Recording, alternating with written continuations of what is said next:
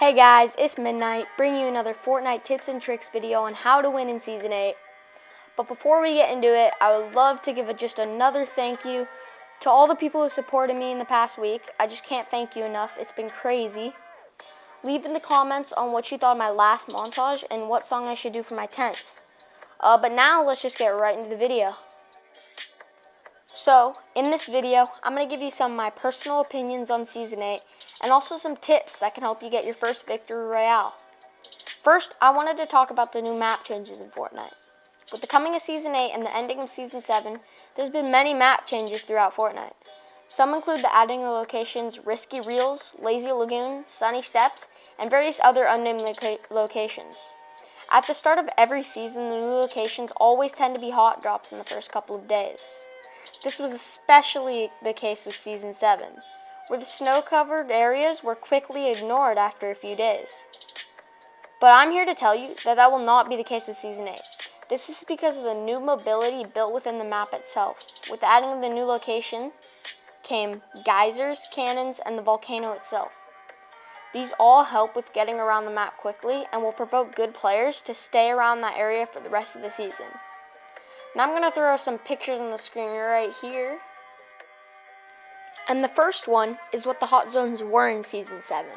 And the next one I'm about to show you is the hot zone currently, and I believe will be for the rest of the season. Why was the hot zone in Season 7 in that circle? Well, for one, all of these locations, mainly tilted, are the most populated at the start of the game. But what made them populated in the mid-game? The planes and zip lines. Most of the zip lines have been taken out of the game, but in Season 7, they almost always led you to a rift or made it easy for you to traverse those areas. There were many towards the center of the map, and that is one reason why there were so many people there. Also, plane spawns around the map made it easy to get to the center of the map where the zone is. But now, in Season 8, those have been removed, and so now good players will have to find other means of getting around the map, which just so happens to be the geysers and the volcano. Because geysers are pretty much a preset launch pad, and there's so many in the top right corner of the map, along with the volcano, players who are looking for extremely high games will use that to their advantage. So, if you're trying your hardest to get the win, I would recommend that you stay out of those areas and land in other locations, lots of times in the snow. One of my favorites for scrims and such is Flush Factories. Although the loot is only mediocre, there's a max of every map there, and you will always leave prepared for a fight. Now, to rotate around the new map, it is actually quite simple. If you do end up landing in the snow, there's a spawn for a quad crasher and hoverboards down near the bridge. But if you land farther east of there and don't have time to outrun the storm, you can head over to Greasy and get some ice. This is actually very effective, especially when you know the ice glitch. It basically means you can have ice as long as you want. Unfortunately, I do not have a clip, but I could just explain it to you. To perform the infinite ice glitch, all you have to do is a looping emote on the ice, like Orange Justice, for example. Then, keep emoting while you get off the ice. Your ice will never run out until you fall off an edge or take out builds or weapons. But say you don't land in the snow. No matter, you can still easily rotate. Almost every part of the map has a quad crasher or hoverboard spawn near it, and there are rifts at Durburger.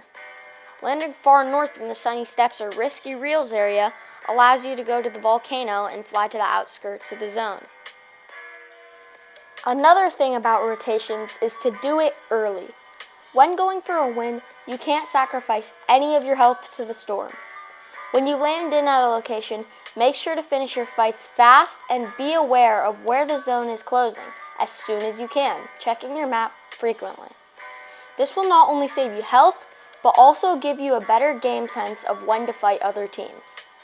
Know that pushing people outside of the zone is a very bad idea, and take note of where other teams are when doing so. Now cutting back to the gameplay. My team and I had wiped out the entire east side of the lobby and had secured our position in the middle of the zone. We surprised a team from the west, me sniping one and my teammates finishing that guy off. We then proceeded to take the 4 vs 3 fight, an advantage already.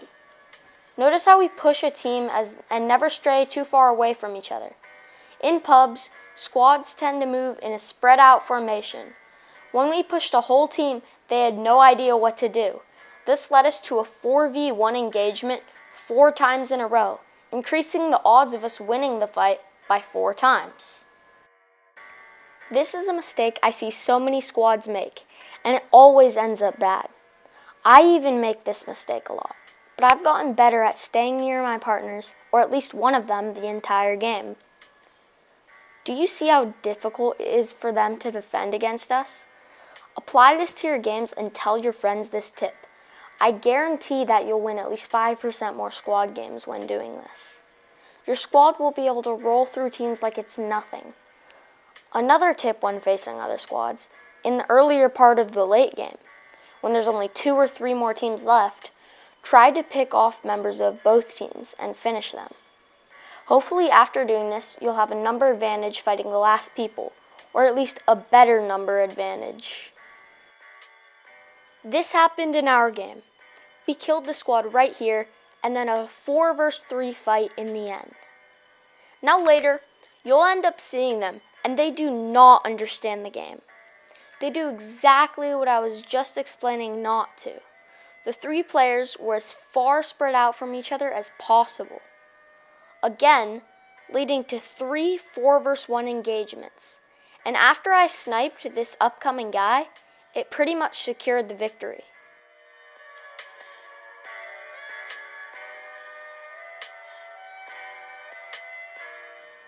We take over the zone and start building huge metal 1x1s. This is a sort of a meme, but also a very viable tip. Metal is the strongest material, so you always want to use it in the late game against the last people because you can't waste it if there's no reason to have it after.